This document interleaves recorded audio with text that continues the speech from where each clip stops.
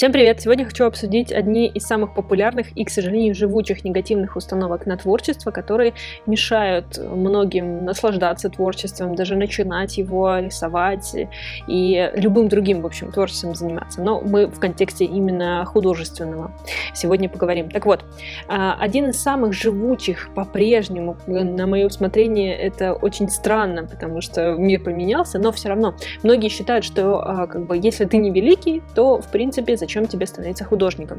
То есть, если ты не рисуешь как Рембрандт, зачем вообще зваться художником и что-то делать? Подвох в том, что и великие тоже когда-то начинали, они тоже рисовали какие-то каракули, и только со временем они стали великими.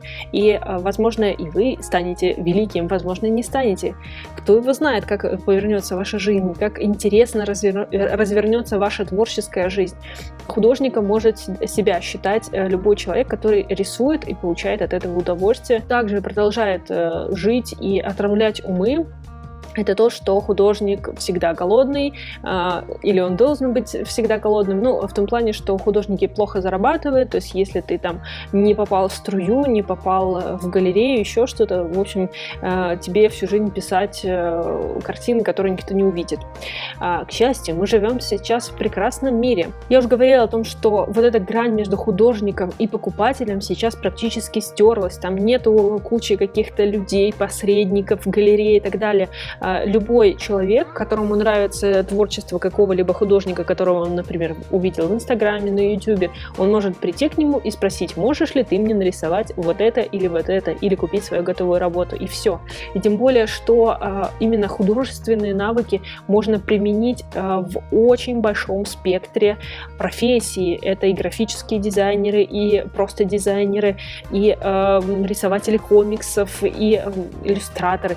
Такое количество художественных проявлений, которые сейчас, мне кажется, не было никогда. И поэтому, если человек маломальски умеет рисовать, у него есть к этому тяга, у него есть к этому интерес, если он поставит себе цель, он сможет заработать неплохие деньги, и будет это больше зависит от его желания, какое количество денег он захочет за это все заработать.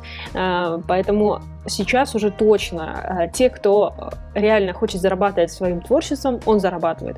Кто не хочет, тот говорит, что художник должен быть голодным. Следующий момент, который меня больше всего волнует, потому что многие до сих пор спотыкаются об это все, это одна из самых негативных установок, которые я вижу вокруг, и которая отравляет в какой-то момент жизни отравлял и мою, собственно говоря, жизнь. Это то, что у художника должен быть талант, и никак иначе. Потому что нам раньше об этом говорили, что вот если есть талант художника, то все прекрасно, пусть он идет этой дорогой. Если в раннем детстве там ничего не проявилось, то в принципе зачем тебе это начинать? У тебя же нет таланта. Я выросла вот в такой атмосфере, хотя, к счастью, мои родители как-то старались на этом не акцентировать внимание и говорили о том, что каждый может достичь чего угодно. Но по мере взросления, по мере изучения этого вопроса, в принципе, вопросов таланта и проявление его в детстве, и последующие наработки часов практики, которые обычно сопровождаются достижением каких-либо результатов. Так вот, это все показало то, что талант вообще не главное. Да, есть природно сложенные люди, которые просто идут на несколько шагов вперед, и вы можете пройти тот же самый путь и дойти до них. Просто, они немножко в более быстром темпе идут, у них такой фальшстарт получается, потому что природа в них что-то заложено. Но любой навык, будь то художественный, будь то пение, будь то танцы, любой творческий навык, это как ни крути навык, который требует большой работы, большой отдачи, большого количества потраченных часов на практику. Без практики, без осознанной практики ничего не получится. Какой бы ни был талантливый человек, если он не будет развиваться, если он не будет проявляться и реализоваться, меняться, исследовать и так далее, получать новые навыки, ничего не получится. получится, потому что в моей жизни было очень много очень талантливых людей от природы,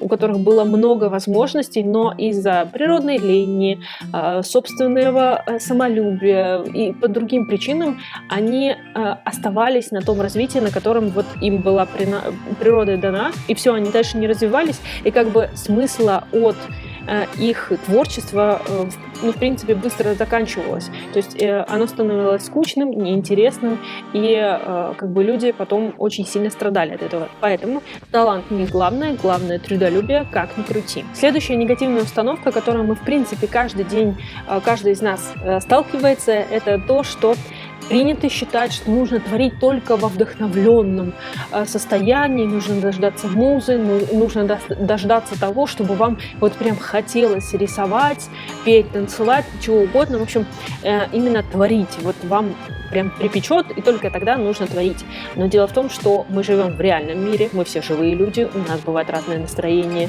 мотивация и так далее, и творить не всегда хочется. На самом деле, в зависимости от человека, это вообще, в принципе, не самая частая история. И если только в такие моменты творить, то, по сути, наработать свой навык, как-то развиться, освоить какие-то новые техники не получится.